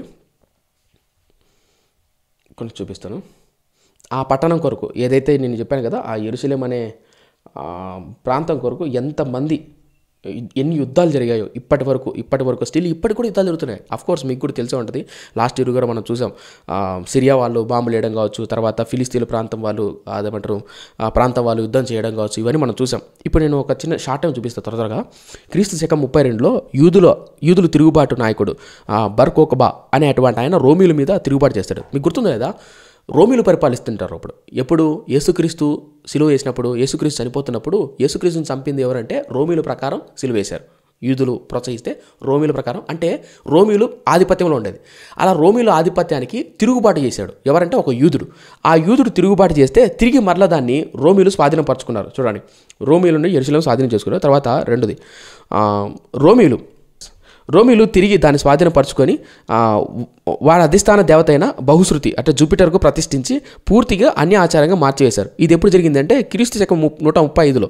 అంటే రోమిలు మళ్ళా ఈ యెరూషలేమును స్వాధీనపరచుకొని అక్కడ బహుశృతి జూపిటర్ అనే బొమ్మను లేదా విగ్రహాన్ని ప్రతిష్ఠించి అన్యజాతిగా మార్చేశారు ఆ యెరూషలేము అనే దాన్ని. తర్వాత క్రీస్తు శకం 325 రోమన్ చక్రవర్తి కాన్స్టంటైన్ అనే క్రైస్తవ రాజు ఈ రోమన్ చక్రవర్తి క్రైస్తవ నగరంగా ప్రకటించడం చాలా ఇంపార్టెంట్. ఈ పేరు గుర్తుపెట్టుకోండి, కాన్స్టంటైన్. మొట్టమొదట క్రిస్మస్ జరిగింది ఎవరి కాలం తెలుసా? మొట్టమొదట క్రిస్మస్ అనే పండుగను ప్రారంభించింది కావచ్చు, జరిగింది ఎవరి కాలం తెలుసా? ఈ కాన్స్టంటైన్ రాజే. ఈ కాన్స్టంటైన్ రాజు చేశారు. వీళ్ళ తల్లి పేరు మౌనిక. ఈ కాన్స్టంటైన్ రాజు, ఇది మళ్ళీ పెద్ద చరిత్ర, అది పక్కన పెట్టండి, జస్ట్ గుర్తుపెట్టుకోండి చాలు. ఈ కాన్స్టంటైన్ రాజు రోమన్ చక్రవర్తి కొన్నప్పుడు ఈ యెరూషలేము అనే పట్టణాన్ని క్రైస్తవ నగరంగా ప్రకటించాడు. తర్వాత క్రీస్తు శకం 614లో పర్షియన్లు వచ్చారు. పర్షియన్లు దాన్ని జయించేశారు. మళ్ళీ 629లో జెంజెంటైన్ అయినటువంటి చక్రవర్తి దాన్ని మళ్ళీ తిరిగి వశపరుచుకున్నాడు. ఆ తర్వాత 637లో ముస్లిం ఖలీఫా ఓమర్ చేతిలోకి వెళ్ళిపోయింది. ఆయన ఒక ఖలీఫా అనేటువంటి ఆయన ముస్లిం, ఆయన చేతిలోకి వెళ్ళిపోయింది. తర్వాత 1099 నుండి 1187, 1200, 1244 వరకు క్రూసేడ్స్ జరిగాయి. క్రూసేడ్స్ అంటే చాలా యుద్ధాలు జరిగాయి ఆ యెరూషలేముకు. ఇది ప్రాముఖ్యమైన ఘట్టం. అంటే ఈ ఘట్టంలో ఎక్కువ యుద్ధాలు జరిగాయి. ఆ తర్వాత 1187, 1229లో ముస్లిం స్వాధీనపరచుకున్నారు. ఇప్పుడు దాకా నేను దేని గురించి చెప్తున్నా?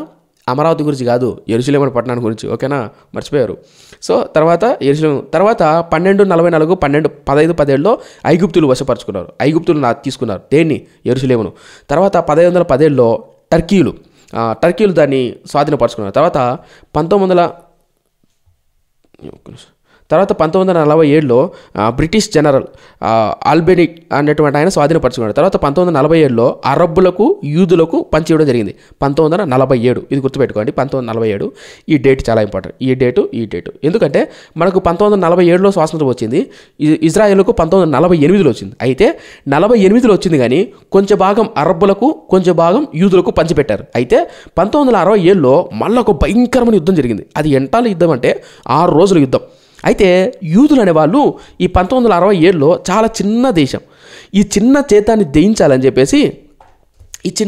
జయించాలని చెప్పేసి అటుపక్క అరబ్బులు, ఇటుపక్క ఐగుప్తీయులు, ఇటుపక్క ముస్లిమ్స్ కంట్రీ మొత్తం యుద్ధానికి వస్తారు. ఎన్ని రోజులు జరిగింది? 6 రోజులు యుద్ధం జరిగింది. ఓడిపోతారు అనుకున్న టైంలో గెలిచారు. అప్పుడు ప్రపంచ దేశం అంతా ఆశ్చర్యపోయింది. ఇంత చిన్న దేశం చుట్టుపక్కల ప్రాంతాల ప్రజలందరినీ భయపెట్టింది. ఎవరు? యూదులు, అనగా యెరూషలేము పట్టణ ప్రజలు. ఎందుకంటే ఇప్పటికీ చూడండి, చిన్న పట్టణం.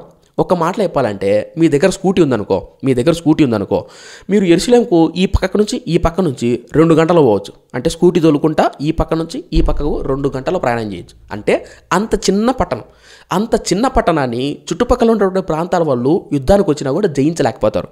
నేనేం చెప్పే ప్రయత్నం చేస్తున్నానంటే, ఇలా ఎన్నో యుద్ధాలు జరిగాయి, ఎన్నో ప్రాంతాలు దోచుకోవడానికి వచ్చారు ఆ యెరూషలేము అనే పట్టణాన్ని. ఇప్పటికీ మనం చూస్తూనే ఉన్నాం న్యూస్. ఇప్పటికీ కొంచెం అరబ్బుల చేతిలో, కొంచెం యూదుల చేతిలో ఉంది. ఇప్పుడు మనం చూస్తాం వెస్ట్రన్ వాళ్ళని. ఇప్పటికి మీరు వెళ్ళారనుకో, డోమ్ ఆఫ్ ది రాక్లోకి మనల్ని ఎంటర్ చేయరు. క్రైస్తవులు ఎవరైతే ఉంటారో, అన్యులు ఎవరైతే ఉంటారో, ఆ డోమ్ ఆఫ్ ది రాక్లోకి, ఆ మసీదులోనికి ఎవరిని పడితే వాళ్ళు ఎంటర్ చేయరు. ప్రాముఖ్యంగా యూదులను అయితే అసలు ఎంటర్ చేయరు. ఎవరైతే అరబ్బులు ఉంటారో అది అరబ్బు చేతుల్లో ఉంది. ఈ వెస్ట్రన్ వాళ్ళు ఎవరైతే హిజ్కియా గోడ తట్టు తిరిగి ప్రార్థన చేస్తారు కదా, ఆ వెస్ట్రన్ వాళ్ళు ఒకటి యూదుల చేతిలో ఉంది. అక్కడికి వెళ్ళి ఎక్కువ మంది ప్రార్థన చేస్తారు. ఇప్పుడు మీరు కూడా వెళ్ళినా కూడా అక్కడ మాత్రమే ప్రార్థన చేయగలుగుతారు. సో ఇదంతా కాన్సెప్ట్ ఎందుకు చెప్పానంటే, ఇదంతా ఒకప్పుడు దావీదు హృదయాన్ని ప్రేరేపించి యెబూసీయుల పట్టణాన్ని పట్టుకొని తన జ్ఞానంతో దేవుడు తనకిచ్చిన కృప చొప్పున, దేవుని సంకల్పం చొప్పున ఆ పట్టణాన్ని పట్టుకొని అద్భుతమైన రాజధానిని, కోటను నిర్మించాడు. ఎవరు? దావీదు కొడుకైన సొలొమోను దాని వైభవాన్ని ప్రపంచ దేశాల్లో ఉన్నవాళ్ళు, ఈవెన్ గుర్తుందా, షేబా దేశపు రాణి సొలొమోను జ్ఞానాన్ని చూడడానికి వస్తుంది. అంటే అంత బాగా కట్టాడు. ఈవెన్ వంట వండించే వాళ్ళు వేసుకున్నటువంటి బట్టలు కూడా ఆశ్చర్యకరంగా ఉండేవి. తన ఇంటీరియర్ కానీ ఎక్స్టీరియర్ కానీ, ఇప్పుడు మనం మాట్లాడుకుంటాం కదా, ఇంటి లోపల ఇంటీరియర్ కానీ ఎక్స్టీరియర్ కానీ అంత వైభవంగా కట్టాడు సొలొమోను. అంటే దావీదు పునాదేస్తే కొడుకు సొలొమోను దాన్ని నిర్వర్తించాడు. ఆ తర్వాత కాలం మారుతున్న కొద్ది రాజులు చేసిన తప్పును బట్టి, పాపాలను బట్టి, వాళ్ళు చేసిన అవిధేయతను బట్టి, విగ్రహాలను బట్టి అశ్షూరులు కొంతమంది వచ్చారు. తర్వాత బబులోనులు వచ్చారు. మొత్తం పట్టణాన్ని గుల్లగా నాశనం చేశారు, పాడు చేశారు. రీసెంట్గా సమయం పోతుంది, ఒక థియాలజీ చేసే ఒక స్టూడెంట్, ఒక అమ్మాయి ఎల్లెట్, ఆమె పేరు ఎల్లెట్ ఎలెట్ భారంతో ప్రార్థన చేస్తుంది. ప్రభా, ఆ ప్రాంతంలో అనేక తవ్వకాలు జరుపుతుంటారు. ఆ తవ్వకాలు జరుపుతున్నప్పుడు రీసెంట్గా ఆ పట్టణంలో రీసెంట్గా అంటే దాదాపు ఒక 150 years బ్యాక్, అది రీసెంట్ ఎందుకంటారంటే కొన్ని వేల సంవత్సరాలు కాకుండా 150 సంవత్సరాల కింద 100 సంవత్సరాల కిందట ఈ ఎలెట్ అనేటువంటి స్త్రీ ఏం చేసిందంటే అక్కడ ఉన్నటువంటి ప్రాంతాల్లో అప్పట్లో వాళ్ళు బాత్రూమ్స్ వెస్టర్న్స్ ఎలా వాడేవాళ్ళు అంటే బాత్రూమ్స్ ఎలా యూజ్ చేసేవాళ్ళు, వాళ్ళ గదులు ఎలా ఉండేవి, తవ్వి ఇప్పటికి కూడా అవి ఉన్నాయి. ఒకవేళ దేవుని చిత్తం అయితే మీరు ఎవరైనా దేవుడు ఆ కృపణిస్తే లక్షణంగా వెళ్ళి చూడొచ్చు. ఇదంతా మీరు చూసినప్పుడు దేవుని ఔన్నత్యం, దేవుని గొప్పతనం, దావీదు దేవుడికి ఇచ్చిన విలువ, తను ఇక్కడ ఉంటే దేవుని మందిరం ఇక్కడ ఉండేది. ఎప్పుడు గుర్తుపెట్టుకోండి, మనం ఇక్కడ ఉండాలి. దేవుడు ఎప్పుడు ఉన్నతమైన స్థితిలో ఉండాలి. మనం క్షేమంగా ఉండడం, మనం సంపాదించుకోవడం తప్పలేదు. కానీ మనం సంపాదిస్తున్న దాంట్లో, మనం కష్టపడుతున్న దాంట్లో, మన సమయంలో, మన జీవితంలో దేవునికి అత్యధిక సమయాన్ని ఇచ్చేవాడిని దేవుడు ఎప్పుడు వదిలిపెట్టడు. చరిత్రను నిలుపుతాడు దేవుడు వాళ్ళను. దావీదు చూడండి, అదే మనమైతే, అదే దావీదు ప్లేస్లో మనం ఉంటే మందిరాన్ని అక్కడ కడతాం, మనం ఇక్కడ ఉంటాం. ఎందుకు ఎవడనొచ్చా ముందు మందిరానికి వదలకొచ్చాడు, యుద్ధానికి వచ్చాడు, మన జోలికి రాడు అన్నట్టుంటాం. కానీ గుర్తుపెట్టుకోండి, దావీదు ఎంత ప్రేమగలనంటే మందిరం గొప్పగా ఉండేదండి. దావీదు కోట ఇక్కడ ఉండేదండి. మన ఇల్లు కానీ మన కుటుంబాలు కానీ ఒకవేళ మన ఇల్లు ఒక గది 2 గదులు అంటే దేవుని మందిరం బాగుండే చూసుకోండి. ప్రాముఖ్యంగా ఇప్పుడు క్రిస్మస్ జరుగుతుంది కదా, దయచేసి మీ మందిరాలు ఎలా ఉన్నాయో చూడండి. అందరూ ఇంటికి పెయింట్ వేసుకుంటాడు, ఇప్పుడు రంగులు వేసుకుంటారు, తప్పేమంటంలే, మంచిదే. ఒకసారి మీ మందిరం కోసం కూడా ప్రార్థన చేయండి. మీరు వెళ్ళే సంఘాలకు మేబీ ఒకవేళ మీ సంఘ కాపరి పేదవాడై ఉండొచ్చు, ఒకవేళ దేవుడు మీరు ఎవరైనా ప్రేరేపిస్తే దయచేసి మీ సంఘాన్ని పట్టించుకోండి. మీ చుట్టుపక్కల ప్రాంతాలు, మీ గోడలు, కొన్ని మందిరాలకు వెళ్తే బాధేస్తుందండి. నిజం చెప్తున్నా, బాధతో చెప్తున్నా. అది మందిరమా లేకుంటే దాంట్లో ఏమైనా ఎలకలు పందికుక్కలు ఏమైనా తిరుగుతున్నాయి, అంత బాధేస్తుంది. చిమ్మగట్టు కొట్టి పెయింట్ ఎప్పుడో కొట్టింటారు, అది మందిరంలాగా ఉండదు, అసలు చాలా బాధేస్తుంది. అదే మన ఇల్లు అయితే అలా పెట్టుకుంటామో చెప్పండి, మరి దేవుని మందిరం ఎలా ఉండాలి చెప్పండి, అన్ని జనులు వచ్చి అక్కడ ఆరాధిస్తున్నప్పుడు. మై ఫ్రెండ్స్ గుర్తుపెట్టుకోండి, దావీదు ఈ వాక్యాన్ని ధ్యానం చేస్తున్నప్పుడు లోతుగా చదివే కొద్దీ దావీదు ఎంత ప్రేమ కలిగినాడు, ఎంత కంపాషన్ కలిగినాడు అనిపిస్తుంది నాకు. తన కోట ఏంటి, దేవాలయం ఏంటి, అసలు ఎందుకు యుద్ధం చేయాలా? సౌలులాగా ఉండొచ్చు కూడా, సౌలులాగా ఉండొచ్చు కదా, తను కూడా కానానీయుల్లాగా రాతి గుహల్లో ఉంటూ చేసుకోవచ్చు కదా, చేయలేదండి. చరిత్రలో నిలిచిపోవాలంటే దేవుడికి విలువడం నేర్చుకోండి. నీ చుట్టుపక్కల ప్రాంతాల్లో, కనీసం మీ వీధిలో, కనీసం మీ సంఘంలో ఆ అన్న మంచోడు అండి, ఆ అక్క మంచి ప్రార్థనా పరులు, ఆ తమ్ముడు చాలా మంచోడు అని మీ చరిత్రలో, మీ సంఘంలో ఒక ముద్ర వేయండి. అలా ముద్ర వేయాలంటే దేవుని ఎక్కువ విలువ ఒక ముద్ర వేస్తాడు దేవుడు. నువ్వు చనిపోయినా కూడా నిన్ను తలుచుకుంటారు పిల్లలు కానీ ఏదో ఒక రోజు. కాబట్టి మై ఫ్రెండ్స్ ఈ విషయాన్ని మర్చిపోకండి. సో దావీదు పట్టణం ఎలా వచ్చింది, దావీదు దేవునికి ఇచ్చిన విలువను బట్టి, దావీదు ఎక్కువ విధేయత చూపును బట్టి అద్భుతంగా చేశాడు. ఒక చిన్న మాట చదువుతాను, ముగిచేస్తాను, ఏమనుకోండి. ఒక్కొక్క మాట బాగా గుర్తొస్తుంది నాకు. అపోస్తల కార్యగ్రంథంలో దావీదు రాజ్యాన్ని గురించి, దావీదు ఎలా పరిపాలించాడో అపోస్తల కార్యగ్రంథంలో పౌలు తన మొదటి సువార్త యాత్రలో ప్రసంగంలో చెప్తాడు. మొదటి ప్రసంగం అనకూడదు కానీ తన మొదటి సువార్త యాత్రలో పౌలు చెప్తాడు. అపోస్తల కార్యగ్రంథం 13వ అధ్యాయంలో చెప్తాడు చూడండి దావీదు. కాబట్టి వేరొక కీర్తన యందును నీ పరిశుద్ధిని కుళ్ళు పట్టనివని చెప్పుచున్నాడు. చూడండి ఏమంటాడో, దావీదు దేవుని సంకల్పం చొప్పున. ఈ లైన్ నాకు చాలా బాగా నచ్చింది, చాలా బాగా నచ్చింది. దావీదు దేవుని సంకల్పం చొప్పున తన తరము వారికి సేవ చేసి నిద్రించి. ఈ లైన్ నాకు చాలా ఇంపార్టెంట్. దావీదు దేవుని సంకల్పం చొప్పున తన తరము వారికి సేవ చేసి నిద్రించి తన పితరుల యొద్దకు చేర్చబడి కుళ్ళిపోయాను కానీ దేవుడు లేపిన వాడిని కుళ్ళి పట్టలేదు.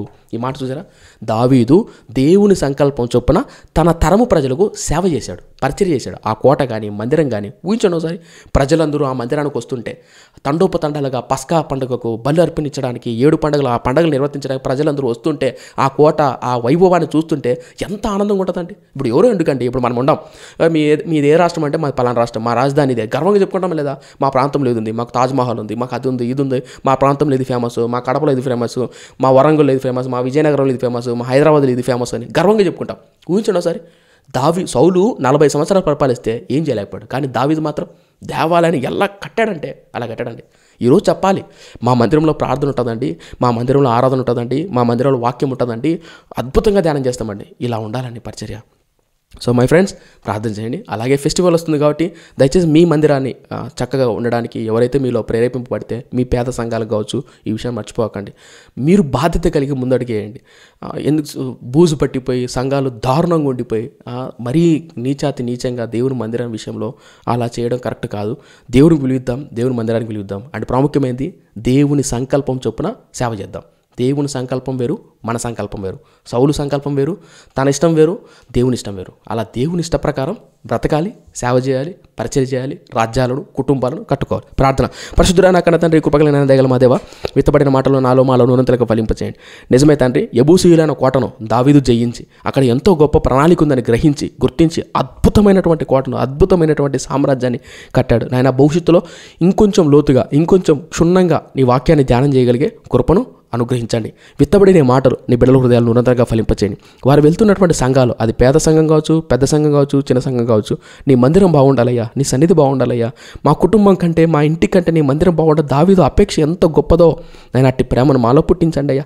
కనికరించు, సహాయం దయచేయండి నాయన. ఆదాగి నీ జన్మదినాన్ని జ్ఞాపకం చేసుకుంటుండగా నాయన, ప్రతి వాళ్ళు నాయన పవిత్రమైన హృదయంతో నేను ఆరాధించే కృపను, నిజమైన పవిత్రమైన హృదయంతో క్రిస్మస్ను ఆరాధించే చేయగలిగే కృపను ఇవ్వమని నీ నామాన్ని మహింపొందుకోను. యేసయ్య నామమున అడిగి వేడుకుంటున్నాం మా కన్న తండ్రి. ఆమేన్.